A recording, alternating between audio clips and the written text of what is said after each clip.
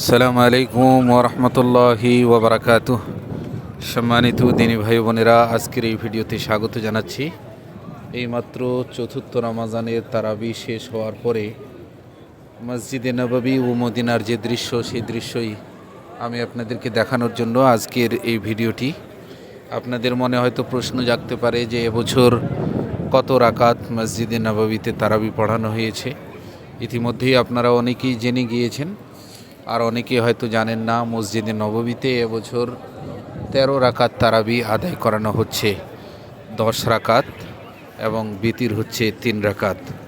2 ইমাম মিলে পড়াচ্ছেন, অর্থাৎ এক ইমাম 6 রাকাত আদায় করে চলে যাচ্ছেন এবং দ্বিতীয় ইমাম পরের 4 রাকাত তারাবি এবং 3 রাকাত বিতির আদায় করাচ্ছেন এবং বিতিরের মধ্যেই দোয়া করতেছেন। আলহামদুলিল্লাহ, সরাসরি মসজিদে নববী থেকে চতুর্থ রমজানের তারাবির সালাতের পরের এই দৃশ্য আপনাদেরকে দেখানোর জন্যই আজকের এই ভিডিও। মহান আল্লাহ আমাদের সকলের নেক আমলগুলো কবুল করুন, জান্নাতের পথ সহজ করে দিন। আমাদের মধ্য থেকে যিনারা অসুস্থ আছেন তাদেরকে সুস্থতা দান করুন। আমাদের মধ্যে যিনারা ঋণী আছেন তাদের ঋণকে শোধ করে দিন। আমাদের মধ্য থেকে যিনারা কবরে চলে গেছেন তাদের কবরে যদি কোনো রকমের আযাব হয়ে থাকে, এই আযাবকে দূর করে দিন, আমিন। আল্লাহ রাব্বুল আলামিন আমাদেরকে এই মাসে বেশি বেশি করে আমল করার তৌফিক দান করুন, অবহেলা করা থেকে দূরে থাকার তৌফিক দান করুন।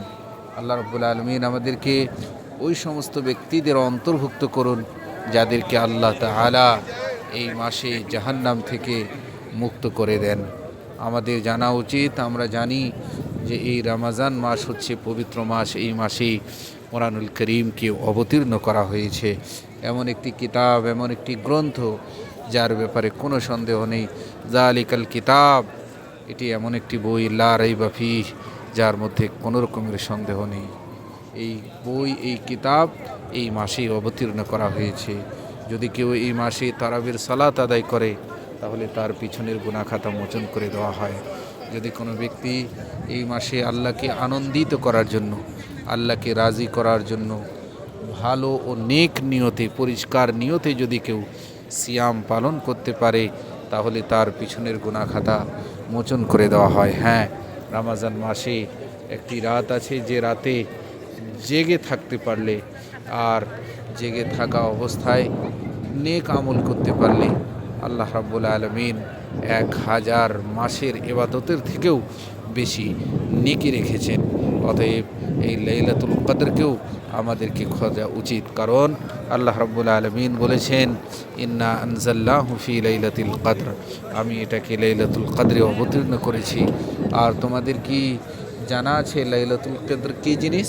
লাইলাতুল কদর হচ্ছে খায়রুম মিন আলফি শাহর, 1000 মাসের থেকেও অতি উত্তম। সুতরাং এই মাসে আমাদেরকে লাইলাতুল কদর খোঁজার চেষ্টা করা উচিত এবং এই মাসে সাধ্য অনুযায়ী লোকেদেরকে ইফতার করানো উচিত, কারণ নবী সাল্লাল্লাহু আলাইহি ওয়াসাল্লাম এই কথাও বলেছেন, মান ফাত্তারা সাইমান কানা লাহু মিথলু আজরি গায়রা আন্নাহু লা ইয়ানকুস মিন আজরি সাইমি শাই।